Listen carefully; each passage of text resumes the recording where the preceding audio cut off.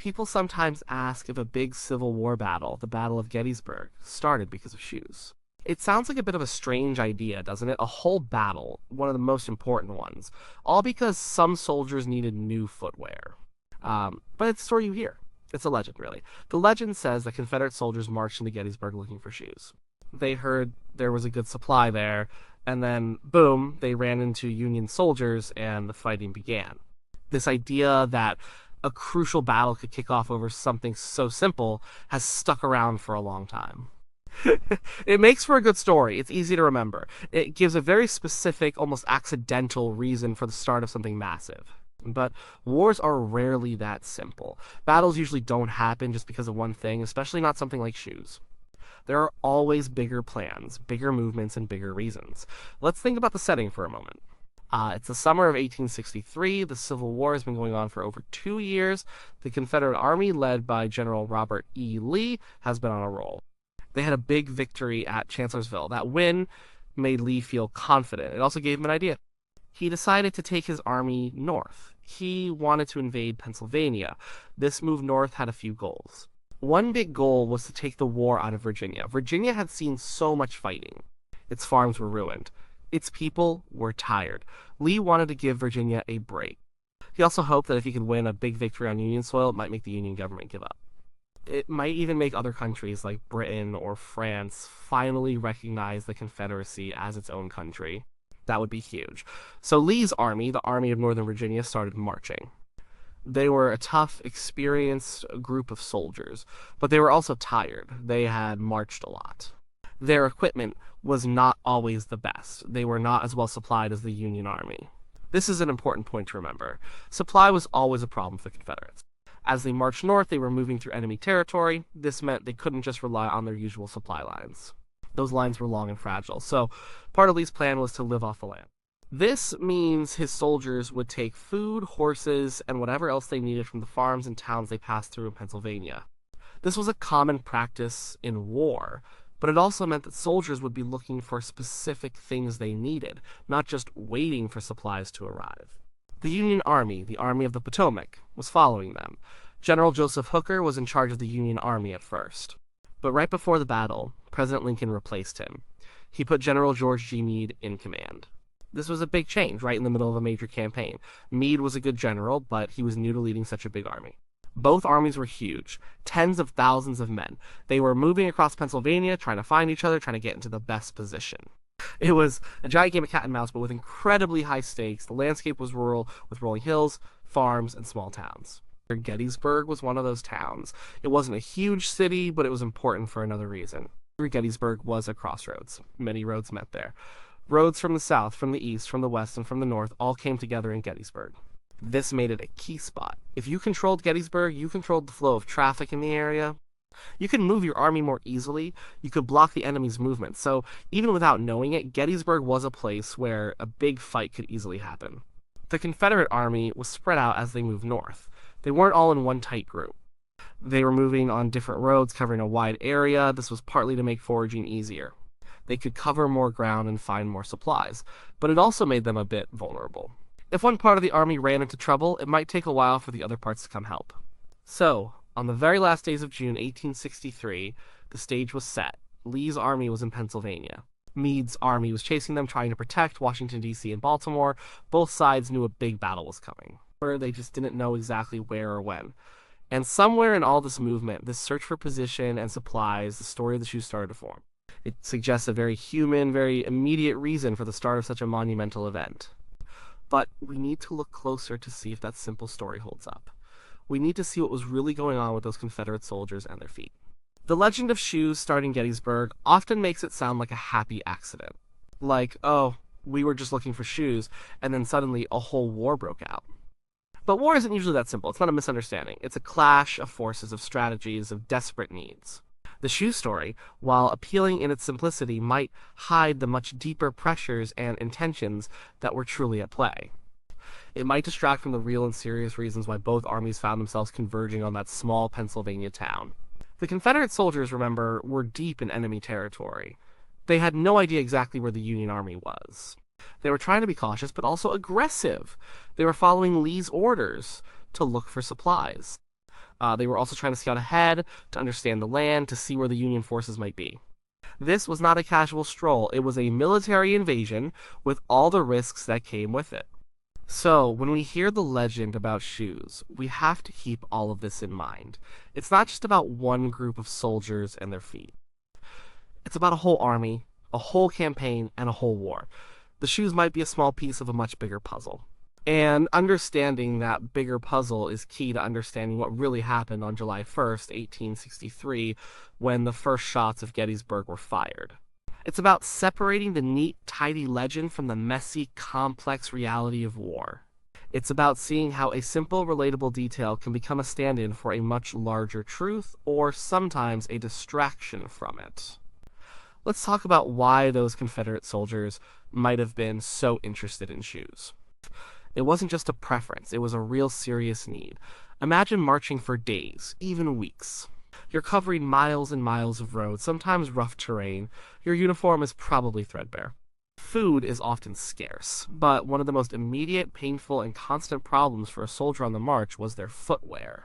Confederate soldiers, especially by 1863, faced constant supply problems. The Union blockade made it hard for the South to get new goods from outside. Southern factories weren't as many or as big as northern ones, so getting enough of everything, food, clothes, weapons, and shoes, was a struggle. Their quartermasters, the people in charge of supplies, did their best, but often it wasn't enough. The shoes were particularly difficult to replace. A good pair of army boots took a lot of leather, skilled shoemakers, and time.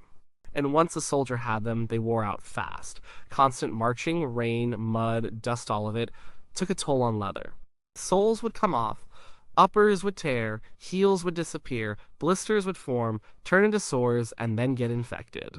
Walking on bad feet was agony. Walking barefoot was even worse, especially on rough roads or through fields that might have sharp stones or thorns. Many Confederate soldiers were in terrible shape when it came to their feet. Diaries and letters from the time talk about it a lot. Soldiers would march with their feet wrapped in rags. Some would go barefoot, trying to save what little was left of their boots for when they absolutely needed them. Others would try to make their own makeshift shoes from whatever materials they could find. This was not just uncomfortable. It slowed down the army. Soldiers who couldn't march properly fell behind. They got sick. They couldn't fight as well. So shoes were not a luxury. They were a military necessity. They were critical for the army's ability to move and fight. When Lee decided to invade Pennsylvania, he knew his supply situation was bad. He specifically told his commanders that they would need to get supplies from the land. This was a direct order. He expected his soldiers to forage, and one of the most important things they were looking for was shoes. They were also looking for food, horses, and anything else that could help the army. But shoes were high on the list because the need was so urgent and widespread. Pennsylvania, being Union territory, was generally richer and untouched by war compared to Virginia. Whereas it had more towns, more farms, more businesses. This meant there was more to take. And Gettysburg, as a town, had a few tanneries and shoe shops. It wasn't a huge shoe manufacturing hub, but it had more than many small towns. And it was a crossroads, making it a place where supplies might have been gathered or stored. So, the idea that there might be shoes in Gettysburg was not unreasonable at all. It was actually quite logical from a Confederate perspective. General Henry Heth was one of Lee's division commanders. His division was part of A.P. Hill's corps. On the morning of July 1st, 1863, Heth's division was marching east towards Gettysburg. They were coming from Cashtown. Cashtown was a small village a few miles to the west of Gettysburg. They were moving on the Chambersburg Pike, a main road. Now, Heth later claimed that he was going to Gettysburg to get shoes. He said he had heard there were shoes there. This is where the legend gets its direct link. Heth's statement is a key part of the story. He wrote about it after the war in his memoirs. He said he sent a brigade ahead to Gettysburg thinking they would find shoes there, and he explicitly said General A.P. Hill, his corps commander, had approved the idea. So, we have a clear statement from a general saying he was going for shoes. This gives the legend some weight. It's not just a rumor. It's something a commander said was his intent. But the question is, was it only for shoes? Or was that just one of many reasons, or perhaps a convenient excuse after the fact? So military orders are often complex. A unit might be told to move to a certain place for a few reasons. One could be to scout the area, another could be to look for enemy forces, and another could be to find supplies. It's rarely just one thing. Heth's division was also ordered to do reconnaissance. They were supposed to find out what was in Gettysburg. Were there Union forces there? How many? What were they doing? This was a primary military objective. The Confederate High Command, including Lee, actually did not want to engage the Union Army in a full battle until all their forces were concentrated. And Lee's army was still spread out. He wanted to pick his battleground carefully on his own terms. So, in order to go looking for shoes and accidentally start a major battle would have gone against Lee's overall plan. But soldiers on the ground, hungry and tired, might have seen things differently. For them, getting a good pair of shoes was a very real, very urgent concern. So the idea of shoes being in Gettysburg would have been a strong pull. It would have made sense to them to go there. And Gettysburg itself, as we said, was a crossroads. It was a logical place for both armies to eventually meet, even if by accident. The roads there were important for movement. It was elevated in certain spots, giving good defensive positions. So, even without shoes being a factor, Gettysburg was a place of strategic importance. The armies were on a collision course, so the Confederates definitely needed shoes. They were actively looking for supplies, including shoes, and General Heth stated that he went to Gettysburg partly for shoes. This much is historically supported. The desperate need was real. The specific intent, at least for Heth, was stated. But how did this need and this intent translate into the start of the biggest battle of the war? That's where we need to look at what actually happened on the ground on the morning of July 1st. What forces were there, and what exactly did they do? The story of the shoes is powerful because it connects a huge event to a very human, very relatable need. Everyone understands worn-out shoes and sore feet. It brings the grand scale of war down to a personal level. But we have to be careful not to let that simple, relatable detail overshadow the complex military movements and strategies that were also at play. The needs of the soldiers for supplies, including shoes, were a constant undercurrent throughout the campaign. And this need certainly directed some of the Confederate Army's movements. But whether it was the spark that ignited the battle, or just one piece of the fuel that was already there, is the crucial distinction. On the morning of July 1st, 1863, the sun was rising over the fields west of Gettysburg. General Henry Heth's Confederate division was marching along the Chambersburg Pike, heading east towards the town. As we discussed, they were looking for supplies. Heth himself later said shoes were a major reason. They were also doing reconnaissance, trying to figure out what was ahead. But Heth's division wasn't alone. Other Confederate units were also moving. Lee's army was spread out, but they were generally moving east. And the Union Army was also moving, generally west, trying to find Lee. This meant a collision was pretty much guaranteed. It was just a matter of where and when. Unknown to Heth, the Union Army had already taken up position in and around Gettysburg. Specifically, General John Buford's Union Cavalry Division was there. Buford was a smart, experienced cavalry commander. He had arrived in Gettysburg the day before, on June 30th. He immediately saw the importance of the terrain around the town. He recognized that the high ground, especially McPherson's Ridge and Seminary Ridge to the west, and Cemetery Hill and Culp's Hill to the south, were key defensive positions. If the Confederates took those hills, it would be a huge advantage for them. Buford decided to hold those positions. He knew his cavalry couldn't stop a whole Confederate infantry division for long. But he could delay them, he could buy time for the Union infantry, which was marching hard from the south, to arrive. So, he set up his cavalry dismounted, like infantry, in a long skirmish line along McPherson's Ridge. They were armed with repeating carbines, which gave them a faster rate of fire than typical muskets. This was a big advantage. Around 5:30 a.m. on July 1st, Heth's lead brigade, under Brigadier General James Archer, started to encounter Buford's pickets. These were the very first Union soldiers. The Confederates pushed them back slowly. The fighting was light at first, but as the Confederates moved further east, they ran into Buford's main defensive line. Around 7:30 a.m., the first serious shots of the battle were fired. Archer's brigade clashed directly with Buford's dismounted cavalry. This was the moment. This was the start of the Battle of Gettysburg. It wasn't a misunderstanding. It was a direct engagement between two military units that had found each other. Heth's men pushed hard. They outnumbered Buford's cavalry, but Buford's men fought bravely and effectively. They used their carbines to slow the Confederate advance. They made the Confederates think they were fighting more men than they actually were. This was exactly what Buford wanted to do: delay. The fighting escalated quickly. More Confederate brigades from Heth's division arrived and joined the attack. They tried to outflank Buford's lines to get around their sides. but Buford kept moving his men, adjusting his lines, and holding on. Meanwhile, messengers were riding fast in both directions.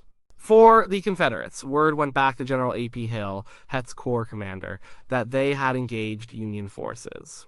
For the Union, Buford sent urgent messages to General John Reynolds, the commander of the nearest Union infantry corps, the I Corps. Reynolds was about 5 miles away. Buford's message was clear: I am holding the ground, but I need infantry support, and I need it now. Here, Reynolds understood the urgency. He knew the importance of Gettysburg. He immediately started pushing his men towards the sound of the guns. He was riding ahead of his troops when he met Buford on the field. Reynolds saw the situation, saw the importance of the high ground, and committed his corps to the fight. He knew this was where the battle would be. The 1st Union infantry units, led by Brigadier General James Wadsworth's division, arrived around 10 a.m. They marched straight into the fighting. The famous Iron Brigade was among them, a tough group of Westerners. They immediately reinforced Buford's exhausted cavalry, but the fighting was intense. The Union and Confederate forces collided with ferocity. Tragically, General Reynolds, one of the Union's most respected commanders, was killed early in the fight, shot by a Confederate sharpshooter. This was a huge blow to the Union side, but his men continued to fight, inspired by his example and the desperate need to hold the line. The battle raged throughout the morning and into the afternoon of July 1st. More Confederate forces arrived. General Robert E. Lee himself rode onto the field. He was initially surprised to find his army engaged in a full battle. He had not intended for a major engagement to start this way, with his army still separated. But once it started, he committed to it. More Union infantry also arrived. Major General Oliver O. Howard's 11 Corps came up from the south. But they were deployed in a weaker position, to the north of Gettysburg, and eventually broke under heavy Confederate attack later in the day. So, when we look at what really started the battle, it was a direct clash of two armies. Heth's division advanced, met Buford's cavalry, and then Union infantry arrived. The battle escalated from a skirmish to a full-blown engagement because both sides were trying to gain a strategic advantage, and neither side wanted to give up the ground. The roads, the hills, the crossroads of Gettysburg Gradies were the immediate strategic reasons for the fighting to begin and to grow. Did Heth's men want shoes? Yes, absolutely. Was that one of the reasons they were marching towards Gettysburg?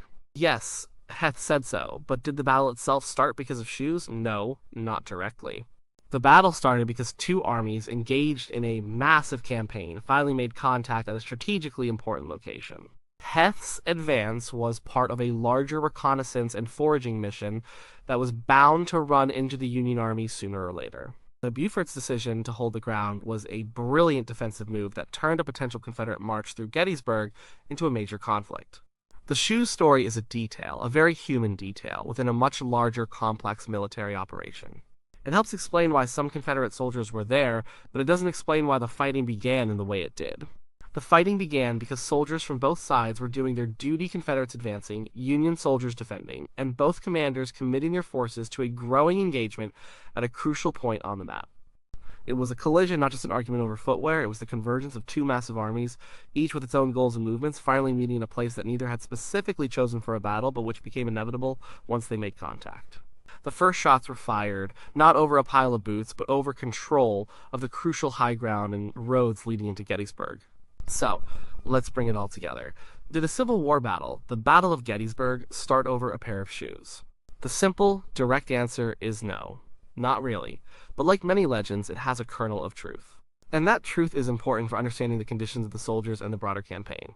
Here's what's true: Confederate soldiers, especially by the summer of 1863, were desperate for shoes. Their existing footwear was worn out. Their feet were often raw, blistered, or bleeding. Good shoes were essential for marching and fighting. General Robert E. Lee knew this. He had specifically ordered his army to forage for supplies, including shoes, as they moved through Pennsylvania. He needed his men to be able to move. Also true, General Henry Heth, a Confederate division commander, stated after the war that one of his reasons for advancing on Gettysburg on July 1st was to secure shoes. He said he had heard there was a supply of them there, so the intent to find shoes in Gettysburg was real for at least some of the Confederate command. However, Heth's advance was also part of a larger reconnaissance mission. He was ordered to find out what was in Gettysburg. Were there Union forces there? How many? What were they doing? This was a military necessity regardless of shoes. It was about understanding the enemy's movements and position. Now, here's what actually started the fighting. On that morning, Heth's lead brigades encountered Union cavalry pickets. These were under the command of General John Buford. Buford was an incredibly perceptive general. He had arrived in Gettysburg the day before and immediately recognized the strategic importance of the high ground west and south of the town. He knew that if the Confederates took those hills, it would be a disaster for the Union. So, Buford, acting on his own initiative, decided to make a stand. He dismounted his cavalry and formed a defensive line along McPherson's Ridge. His plan was not to stop the Confederates entirely, but to delay them. He wanted to buy time for the Union infantry, which was marching hard towards Gettysburg, to arrive and take up strong defensive positions. When Heth's men advanced, they didn't find shoes first. They found Buford's cavalry. The first shots were fired around 7:30 a.m. This was a clash between two opposing forces, both moving into a strategically important area. Heth's troops were fulfilling their orders to advance and reconnoiter. Buford's troops were fulfilling their duty to defend crucial ground. The battle then escalated quickly. More Confederate units arrived, joining the attack. More Union units, led by General John Reynolds' I Corps, arrived, answering Buford's urgent calls for help. Tragically, Reynolds was killed early on, but his troops continued to fight fiercely. The battle grew from a skirmish into a full-scale engagement as both sides committed more and more men. The reason the battle became so big so fast was because of Gettysburg's location. It was a crossroads, many roads met there, and it had good defensive terrain. Both armies were converging on the area. It was an accidental meeting place in terms of timing, but an inevitable one in terms of location and military movements. So, the legend of shoes starting Gettysburg is really a simplification. It takes a true need for shoes and a stated intent to find them and blows it up into the primary cause of the entire battle. In reality, the shoes were a contributing factor to why some Confederate units were moving in that direction. But the actual start of the fighting was a direct military engagement between a Confederate advance and a Union defensive line at a place that was strategically important for reasons far beyond footwear. The story of the shoes endures because it's relatable. It makes a huge, complex historical event seem a little more human, a little more understandable. It's an easy way to remember one small part of the story, but it overlooks the massive strategic movements, the desperate military decisions, and the intense fighting that truly began on July 1st, 1863. It's similar to how other legends form. A detail or a small truth gets exaggerated or takes on a life of its own. It becomes a shorthand for a much bigger story. The shoe story is part of the Gettysburg narrative, but it's not the full story. It's a colorful thread in a very complex tapestry. The truth is, the Battle of Gettysburg began not because of shoes, but because two massive armies, each with its own objectives and movements, were on a collision course. They met at a critical crossroads, and the initial skirmishes quickly spiraled into one of the most important battles in American history. The shoes were just a very human detail in a much larger, much more profound military encounter. They represent the desperate realities of war for the common soldier, but not the spark that ignited the ultimate clash of armies. The real causes were the strategic goals, the troop movements, and the immediate decisions made by commanders on the ground, who recognized the importance of that small Pennsylvania town.